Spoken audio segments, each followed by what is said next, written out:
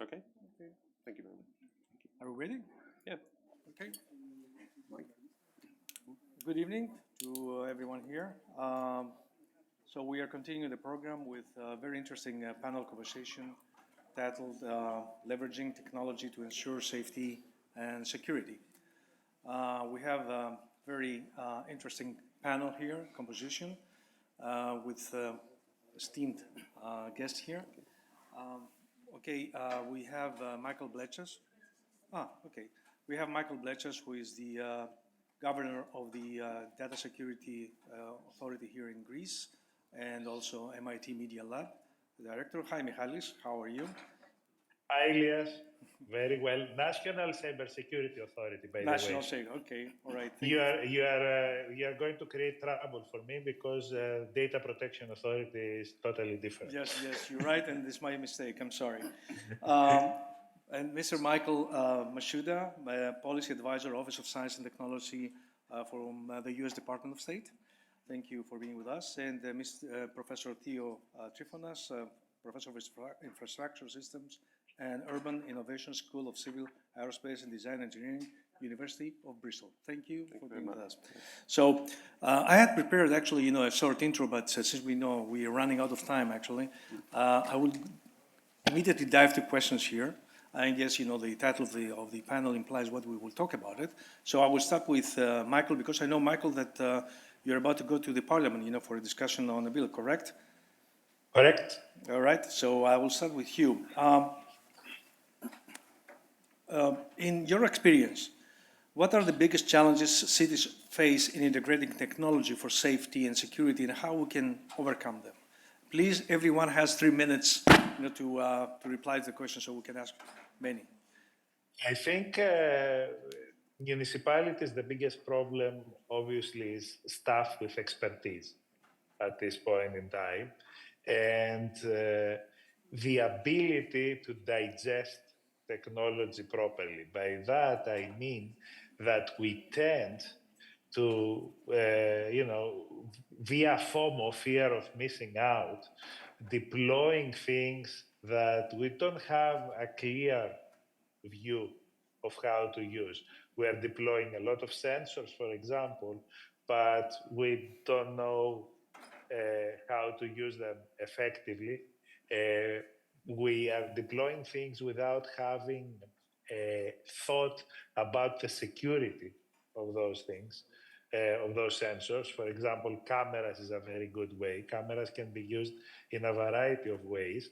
Here in Greece, for example, there is a huge discussion in the European Union. I was ready to say that, actually. Yes.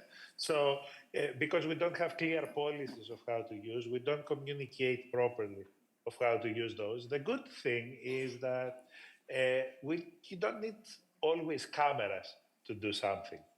Sometimes, present sensors can do the same work. Sometimes wireless networks can do the same work when it comes to, for example, measuring occupancy.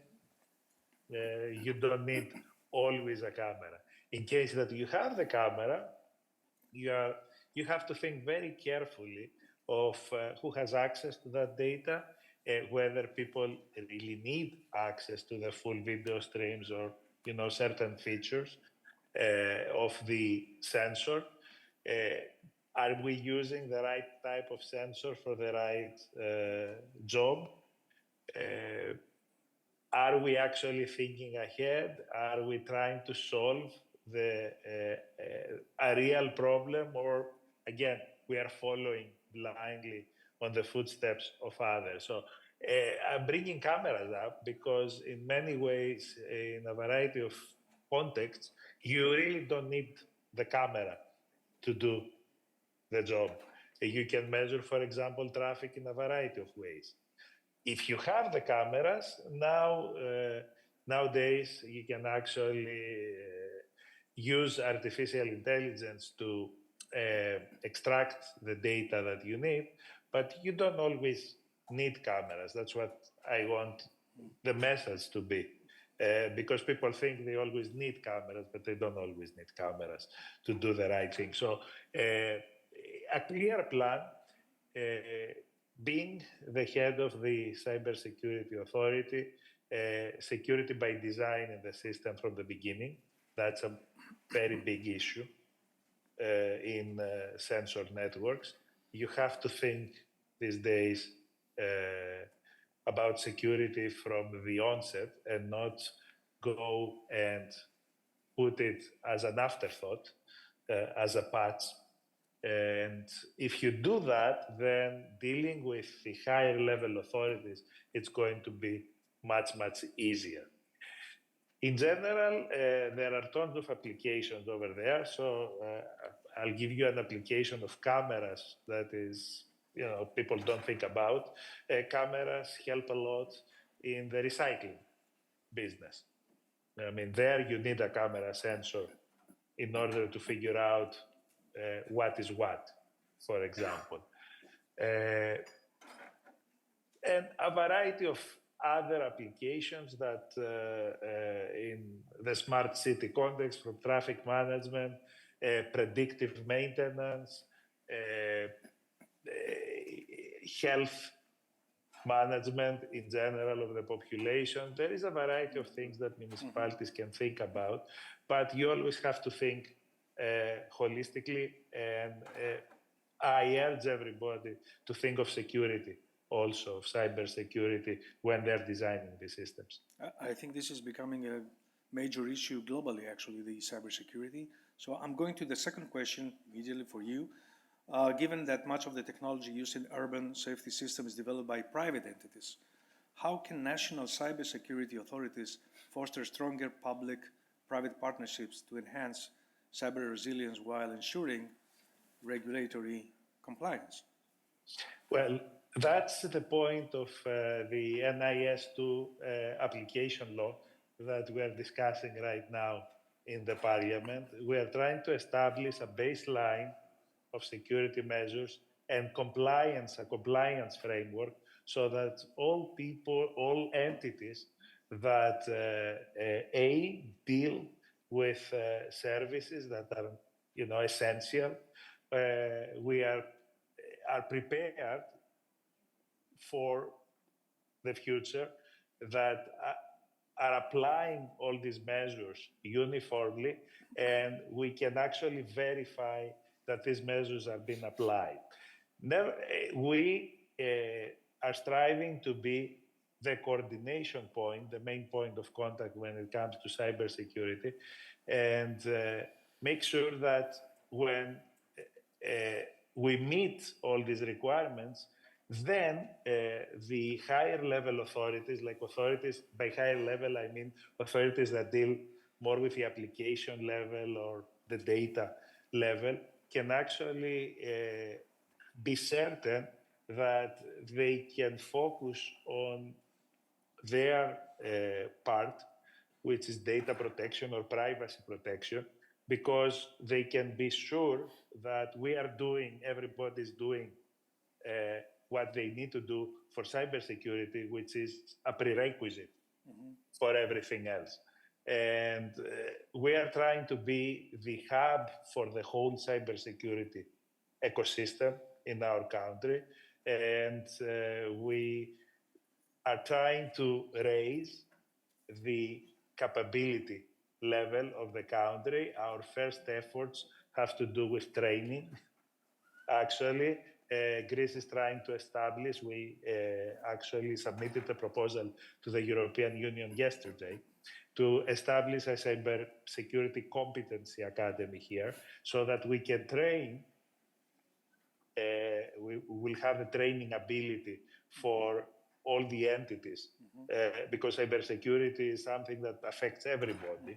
So that's one of our main goals. And in cooperation with the Ministry of Digital Governance, the ministry already has a program and an invitation out for smaller municipalities to procure equipment and replace equipment that's antiquated and cannot be secured because of issues with, it's not supported anymore by the vendors. So we have already started actions to raise the level both of competency and preparedness for cities so that they can build on a safe substrate, technological substrate, to become smarter in their operations. Thank you. I hope you will stay a little bit more with us because, I will stay a little bit more, Okay, yes. great. So I'm going to Mr. Masuda here. What is the U.S. State Department and U.S. government extent policy on smart cities and smart city technology? Is there any framework, that you are having in place? So thank you for having me, first of all. We don't have a particular framework in the sense that this is a plan and here's how you do everything. What we do have are some principles that we promote with our partners. So there's 4 principles. The first one is that smart cities be community driven.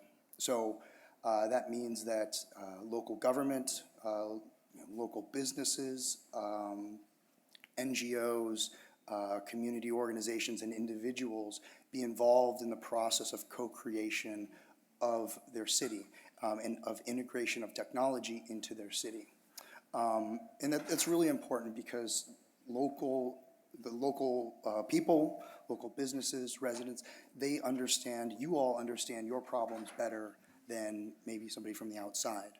And you deal with those challenges, day to day. So it's really important that the community as a whole, an inclusive group of the community, has a say in the development of the smart city. So that leads into number 2 is inclusivity. It's very easy to design a city for the middle of the bell curve, for your most average person, I would say. It's more difficult to design for the people that might have more challenges, people perhaps with disabilities, people who may be economically disadvantaged. And so incorporating those people into the conversation deliberately, not as an afterthought, but as part of the core conversation throughout the process, from the start, as you are building concepts and implementing and then operating these systems, it's important to have them involved in the process. The third one is sustainability. And so sustainability, typically the conversation is around environmental sustainability, and that's very important. And I think a goal of many cities. But it also needs to include financial sustainability. Is there a plan for, if you're going to spend lots of money to deploy something, are you going to run out of money to operate it in 2 years when it's supposed to last much longer? That makes the initial investment much less worthwhile. Your return on investment isn't going to be as high. And so trying to develop that plan or a path for financial sustainability is really important. Just as important is social sustainability. Is this something that people want? Can they use it? Do they have access to it? Are they aware that it even exists? And so having a plan for that social piece is also very critical when developing and deploying the smart city technology. And then the final piece is respect for human rights and privacy. It's very easy with technology to start collecting a lot of information about people. And I know that you have the GDPR, and that's a framework that is sets very clear guidelines or regulations for data. But the privacy piece also extends to your vendors. And are the vendors that you are utilizing, are they going to adhere to those rules? Are they going to maybe operate outside of those rules, and you won't really know about it? So that gets into the conversation about trusted vendors and who you are working with, who the partners are. Are they going to respect the laws that exist in your country? Or are they going to respect the privacy and the human rights of the people that might be subjected to these technologies? So that's the basic framework. The last piece I would add is that, and this is really important, is that technology is not the answer to everything. And I think that I'm an engineer, I'm an electrical engineer that is now in policy. I've seen hype cycles. Smart cities 10, 15 years ago went through a hype cycle where everybody thought technology will solve our city's problems. And then they quickly realized, no, like it's a tool, like technology is a tool. And sometimes it's appropriate to use it and sometimes it's not. And so I would encourage everybody, when you're looking at these challenges, is technology and a particular piece of technology, is it appropriate for the challenge that you are facing, or is a policy change, more appropriate? Are there other ways of doing things that might be more appropriate, just so you have the right tool for the right challenge? Well, thank you very much. I think you have described the whole framework here. Yes. Yeah. I'm going to Professor Trifonas. What advancements in technology do you foresee in the next decade that could revolutionize the urban safety and security? From your own experience and...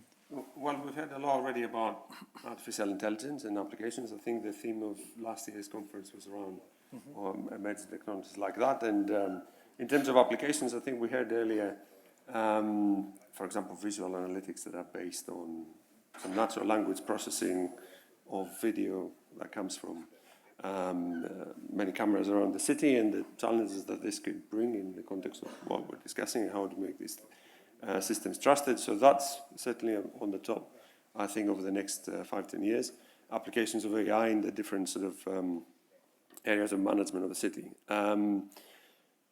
Is somewhat out of fashion, but the second thing I have in mind, distributed ledger technologies and blockchain and cryptocurrency, out of fashion in the sense that it's not at the height that artificial intelligence enjoys at the minute.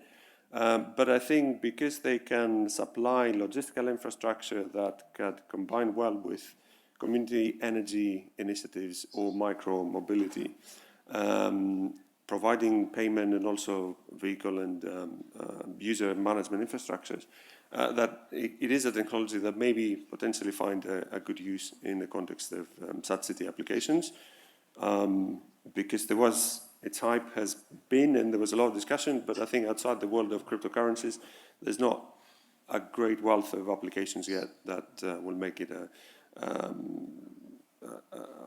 substantial sort of game changer in urban life. But there are domains, I think, as I mentioned, specific applications in the systems, in micromobility, that the fundamental infrastructure of that could be something to note and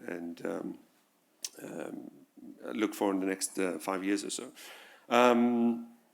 Another aspect is quantum technologies, although when we talk about quantum, we usually think large data centers and information capability that is vast, but it's not. It's almost like fusion, is a little bit 5 years ahead, 10 years ahead, and we're getting there. But there are some applications that could have a significant urban, could be significant for urban areas, such as sensing.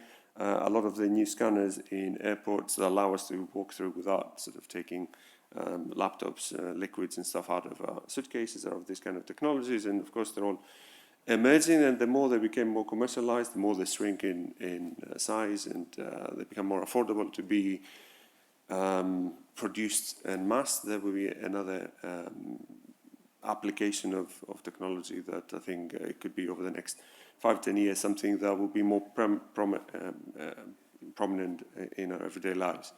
Do you see robots maybe being, implemented in the next, let's say, decade? Well, that's already here. Do you offer services in a sense to citizens? that you could see delivery, drones used for automated delivery of parcels and so on. There are many places in the world that run pilots. A lot of it is still in the context of pilots, and there are many challenges, both from security and from operational dimensions. They need to have the right legal framework to be able to fill the skies with autonomous systems that will be able to do that. But it could be something that will be part of a multi-natured logistics delivery framework. So certainly that's a possibility. Thank you. Mr. Masuda, can I ask you, what role should governments, private technology companies, and local communities play in building a unified approach to urban safety and security? Yeah, so as I mentioned at the top, community-driven, I think, is where it's really at. And so there is absolutely a role for industry, for companies.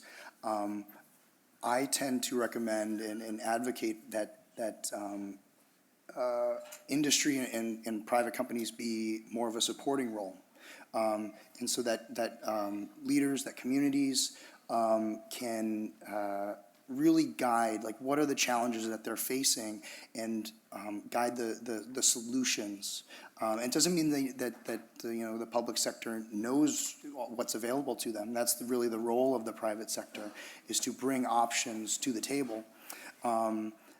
Sometimes when governments hand the reins over to private sector too much, a company might develop the solutions that they think are appropriate for the. Let me add something here. Do you call, let's say, business to present you solutions? Do you have a constant channel of communication with them? Is this something that you encourage? Yes, absolutely. It goes back to co-creation. Is that, yes, industry? I said industry has a very important role. Private sector has a very important role in bringing those solutions to the table. Also in innovating. There's a lot of ideas that are out there. Small companies can come up with some really innovative things that maybe others have not come up with. So, yes, it's this really give and take relationship on both sides, and ensuring that really the solutions are aimed at delivering value to residents, to the community. Michael, are you still with us? Oh, yes. Okay. Let me ask you a question. How aware is the Greek community, I'm talking mostly about the business community, about the cybersecurity threats, and what do you plan as a head of this body? Authority? Yeah. The private sector is certainly ahead, especially the larger entities. The problem is with smaller entities. As you know, Greece is full of small and medium enterprises, which are much smaller than what small and medium enterprises are in the US. And these people need a lot of help in actually not so much cybersecurity, but rather cyber hygiene, keeping proper cyber hygiene practices. We need to put a lot of effort into awareness. There is a lot of petty cybercrime in Greece, smaller scale, and this has to do mostly with the fact that people are not very familiar with the implications of what they do every day in our technological world, in our digital world. So I think that proper awareness efforts can go a very long way. As I said, we think that the public sector and the municipal governments are not in a very high level, and we're trying to help them there as much as we can, both with equipment, training, also providing to them a lot of systems in a cloud manner so that they don't have to deploy their own systems. As Mr. Masuda said, when you're deploying a technological solution to solve a problem, you have to think about the life cycle of the solution. We don't do that in Greece very well. We are trying to we're deploying systems that then we cannot maintain. So we have to think about the whole life cycle of a system, of a solution. We have to be very strategic in reusing technology. If we have deployed cameras, for example, who else can use the cameras? What other services we can use the cameras for? Obviously, always under the right privacy protections for our citizens. And yes, we do have to take into consideration the real needs. I don't think that people are really prioritizing the problems properly. The good thing about technology these days is that it allows you to model what you are planning to do. So that's another good use of the technology, especially when you think of it in the security context.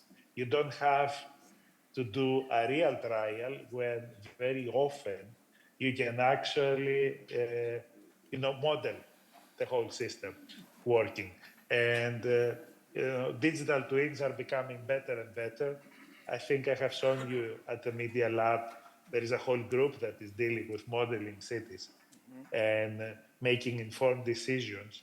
And you can see that from a security perspective, in the sense that you are mitigating any risks that a trial might have overall. I remember still that visit that we had, when you demonstrated this kind of platform, how you build a city with all what you're discussing about right now. That was really, fascinating. It's a trip for us. As cities increasingly adopt technology for safety and security, what metrics or, let's say, evaluation frameworks can be used to measure the effectiveness and resilience of this system in real-world structure, in real-world scenarios? Well, I sit on a standardization committee on a BSI looking at smart and sustainable structures, and sort of that hat on, I would say there are many standards around service delivery evaluation and about quality of service delivery, ISO 9000, there's ITIL standards for the service delivery, there's ISO 27000 for cybersecurity and so on. So the formal metrics that somebody could sort of look at all the sources and derive about sort of efficiency and incidents and value for money on the investments they have made and so on. But I think in real life, there's an element of all these metrics reflecting on something broader, whether a place is well constructed, whether a place is trusted by the people who live in it. And I think the best measure is to look at how satisfied are people who live in a place that starts embracing traffic enforcement cameras and sensors, occupancy sensors in buildings, and all other technologies in that space that we are discussing about called smart today, and maybe in 20 years there'll be the new norm of how we instrument spaces for understanding utilization, for understanding occupancy, for understanding traffic patterns. And so I think the happiness and the trust of people in a place, I think that's the best metric really. And I know I'm diverting here, but I'll go a little bit back to your original question about, I think, the challenges. Looking at it from the perspective of the citizen, that is one of the biggest challenges to establish that trust. And I think that relates to clarity of purpose, why we're using all the systems, well articulated and from the perspective of the authorities, so that people don't understand this through the lenses of social media, for example, that has the risk of then being misinterpreted and developing conspiracy theories and so on. And having the governance structures that would allow that transparency to be verified. For example, traffic monitoring centres, at least in the UK, usually have governance boards that allow for lay governors, so that they're part of the oversight mechanism of a CCTV centre, to put it otherwise. So that's one thing, and the other thing is engagement, which links to what Michael was saying, an engagement that is bi-directional and not just in the usual classic consultation sense, that we post an A4 on a lamppost and saying we will deploy traffic enforcement cameras here. If you have any issues, email this email address at the council. But through dialogue, and there could be different forms in different places, or places are not the same. It may be different in the UK, it may be different in Greece, but some kind of consultation method that would allow people to voice concerns, to put ideas forward, and perhaps in forms of policy in the future to see it implemented. And I have a kind of provocative question here. We know that in Great Britain, especially in London, there are I don't know how many thousands of cameras. We in the are city. the most surveilled nation, Exactly. certainly in Europe, if not in the Okay, world. and how did you accomplish, to, let's say, to install all these numbers of cameras, given that Great Britain and the people, the citizens there, I guess, the same, they have the same sensitiveness about their, let's say, rights. So how you accomplish that? It's interesting. Me coming parachuting in as a Greek, living 20 years in the UK. I'm Welsh by wife, by the way, but I came with a very continental view of privacy, and you could see, for example, there's even an attempt back in the era of Gordon Brown government to try and introduce national ID schemes, and that didn't go anywhere because people were not comfortable simply to have a piece of unique identification, apart from passports that have specific functionality that allow you to travel, just to identify who you say you are. In the British mindset, there's no reason to, if you say who you are, and to have that extra verification in that sense. That's why it, to me, was very weird that even for voting, you didn't require to present any ID. You just say where you are and who you are. They would cross you out. But if voter fraud is not an issue, then there's no issue to present that kind of document. So that's what I was saying earlier. Different places may have different forms of engagement. But I think the issue of CCTV, it's particularly camera surveillance, is interesting because it's something that emerged, and I don't think there was a national plan for enforcing all these schemes, but I think people got adjusted to, people got familiar with the fact that it has forensic use, for example. And also that is part of the measures you can install in if you're a shop owner and you want to increase the security of your place, that you get more familiar and more accustomed. I think what I was saying earlier about transparent and good governance, all these operating centers operating with governance boards that included lay citizens who could verifiably say, yes, this is what happens in here, nothing else. Help with developing that. And that the fact that there's no centralized system, there's many different deployments that are not necessarily But they're sharing the data whenever it's needed. they can. If there's needed, there's the mechanisms that do that lawfully with warrants and everything else that could be in place. But I think that gives the assurance that if you were somebody who were an opportunistic actor who just wanted to compromise someone individually, it's very difficult to do because there's a really distributed and interdependent system, but there's no central authority that would have access to all the surveillance cameras at once. And that creates a further assurance that while the effort required would take almost a state actor capability for somebody to do that, and they wouldn't necessarily do it for tracking an individual. Thank you. Michael, how can international collaboration contribute to creating standardized technological frameworks for urban safety? I guess nations are talking, sometimes exchanging data. So can we also set up a framework of, let's say, common standards here? I think, so the standards question in smart cities is very challenging.